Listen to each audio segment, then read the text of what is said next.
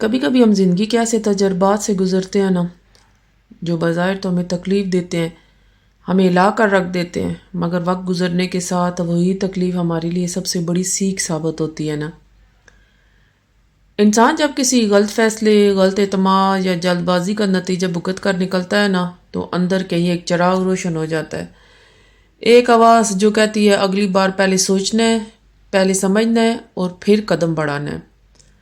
زندگی ہر موڑ پر ہمیں سبق دیتی ہے، کبھی لوگوں کے رویوں سے، کبھی حالات کی سختیوں سے اور کبھی اپنے ہی بھولوں سے نا۔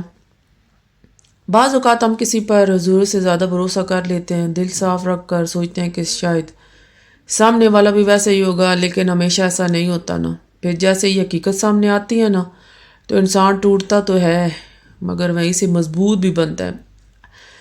اسی ٹوٹنے میں سمجھ آتی ہے کہ اعتماد کرنا غلط نہیں مگر حد سے زیادہ توقعات اکثر دل کو دکھ دیتی ہے نا۔ کئی فیصلے ہم جذبات میں آ کر تو لیتے ہیں، سوچے سمجھے بغیر صرف دل کی بات پر، لیکن وقت سکھاتا ہے کہ جذبات اپنی جگہ مگر فیصلے ہمیشہ عقل سے کرنے چاہیے۔ زندگی کے تلخ تجربے ہمیں سکھاتے ہیں کہ اپنے آپ کو، اپنی عزت نفس کو اور اپنے دل کو سب سے پہلے رکھنا چاہیے۔ ہم دوسروں کے لیے سب کچھ کر دیتے ہیں مگر جب بات اپنی آئے نا تو اکثر خاموش ہو جاتے ہیں۔ اصل کامیابی یہ نہیں کہ زندگی میں کبھی غلطی نہ ہو، اصل کامیابی یہ ہوتی ہے کہ غلطی ہو لیکن دوبارہ نہ دہرائی جائے، دکھ آئے مگر اس سے سیکھ لی جائے۔ کوئی دھوکہ دے مگر ہم اپنے دل کو سخت کرنے کے بجائے نا سمجھدار بنا لینا چاہیے نا۔ انسان جب خود کو پہچان لیتا ہے نا، جب اپنی حدود اور اپنی اہمیت سمجھ لیتا ہے، تب کوئی بھی فیصلہ جلد بازی میں نہیں کرتا نا، تب وہ ہر قدم سوچ سمجھ کر رکھتا ہے اور یہی سوچ اس کی زندگی بدل کر رکھ دیتی ہے نا۔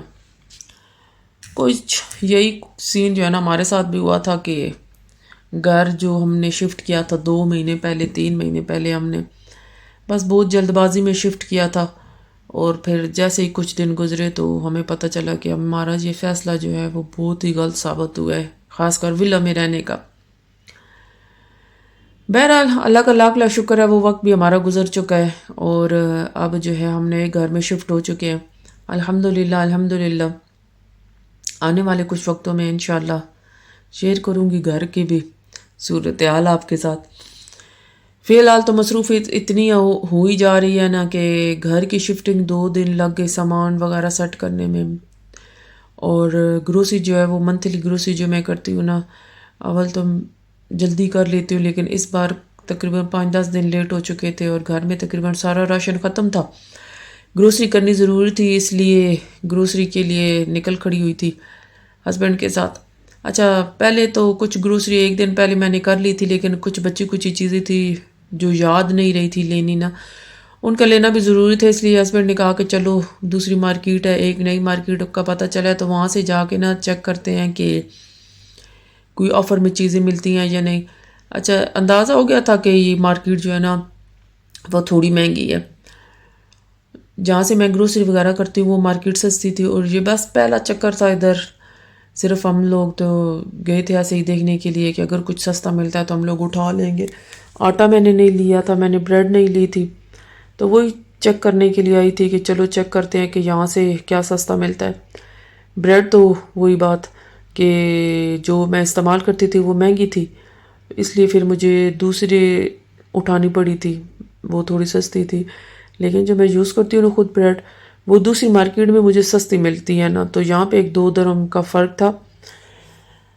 ہم دبئی والے رہنے والے جو لوگ ہیں نا 1-1 درہم کو بھی سوچ سمجھ کر استعمال کرتے ہیں کہ کہاں سے چیز 1 درہم ہمیں سستی ملتی ہے اور کہاں سے جو ہے نا وہ ہمیں 1 درہم یا 2 درہم مہنگی ملتی ہے، تو اس لیے ہم ان جگہوں پہ جاتے ہیں کہ جہاں پہ چیزیں ہمیں سستی مل رہی ہوتی ہیں۔ تو اس لیے اس گروسری کرنے کے لیے تقریباً 2-3 مارکیٹ تو ہم لازمی جاتے ہیں نا دیکھنے کے لیے کہ کہاں آفر لگی ہوئی ہے۔ اور میں نے اپنے پہلے بھی کچھ ولاگز میں بتایا تھا کہ یہاں پہ لوگ کیا کرتے ہیں، بکس آتی ہیں ہر ہفتے، ہر مارکیٹ کی نا بکس آتی ہیں، تو وہ اس میں آفر ہم دیکھ لیتے ہیں، میں 3-4 بکس اکٹھی کرتی ہوں نا تو وہاں سے دیکھ لیتی ہوں کہ کس جگہ پہ آفر وغیرہ لگی ہوئی ہے، اور جو چیز مجھے جہاں پہ سستی مل رہی ہوتی ہے تو میں اسی مارکیٹ میں جا کے چیزیں لیتی ہوں۔ اور یہ والی مارکیٹ وہی بتایا کہ پہلی دفعہ آئے تھے اور واقعی یہ مارکیٹ جو ہے نا وہ ہمیں مہنگی لگی تھی، اتنی سستی نہیں لگی تھی. یہ جو گریپس ہے نا یہ دوسری مارکیٹ میں تقریباً ہمیں 4-5 درہم کے مل جاتے ہیں، لیکن اس مارکیٹ میں 8-9 درہم کے لگے ہوئے تھے. میں نے نہیں لیے تھے، نہیں لیا. ہونی میں نے لیا تھا، وہ مجھے اچھا لگا تھا، وہ سستا لگا ہوا تھا اور وہ شرطیہ میٹھا ہوتا ہے، تو اس لیے میں نے وہ بھی اٹھا لیا تھا.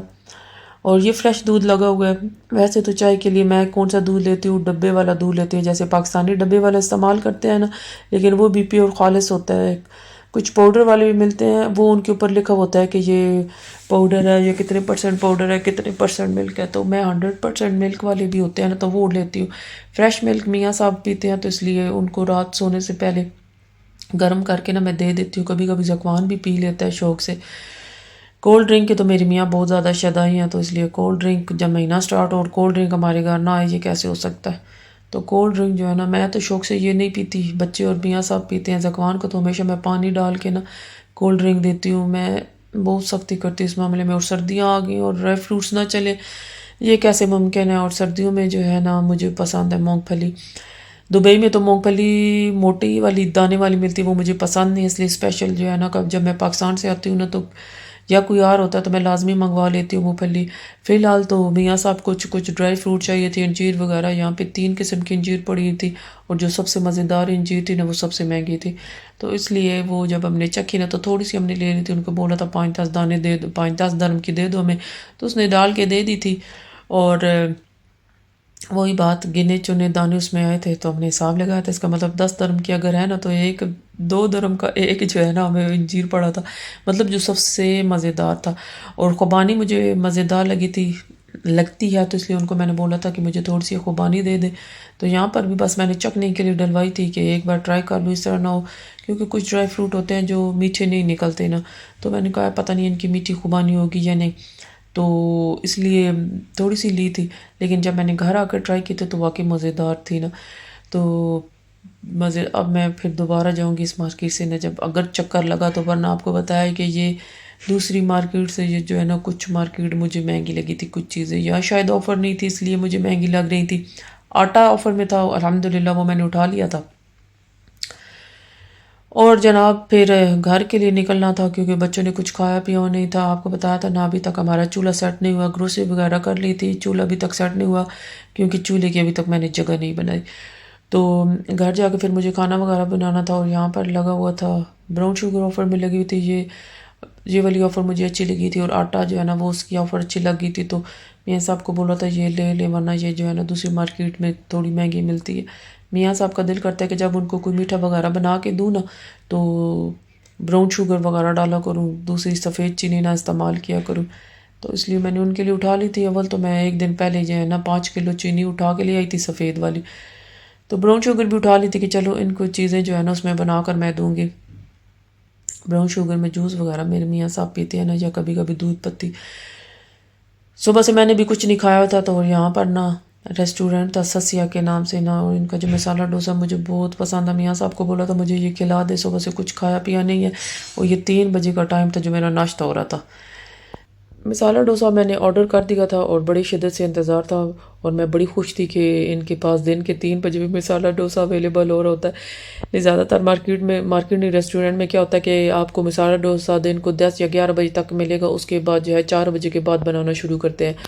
اور یہ مارکیٹ نے یہ ریسٹورنٹ اسپیشل میرے خیال میں ہے ہی ڈوسا کے لیے، تو اس لیے اس وقت میرے خیال میں ان کے پاس ہر وقت اویلیبل ہوتا ہے. اور بھوک جتنی شدت سے مجھے لگی ہوئی تھی نا، اگر یہ لوگ کہتے کہ میرے پاس مسالہ ڈوسا نہیں ہے تو پھر میری کیا حالت ہوتی. اور یہاں پر میرا مسالہ ڈوسا آ چکا ہے، اور یہ مسالہ ڈوسا یقین کرے کہ مجھے یہ بھی کم پڑ گیا تھا.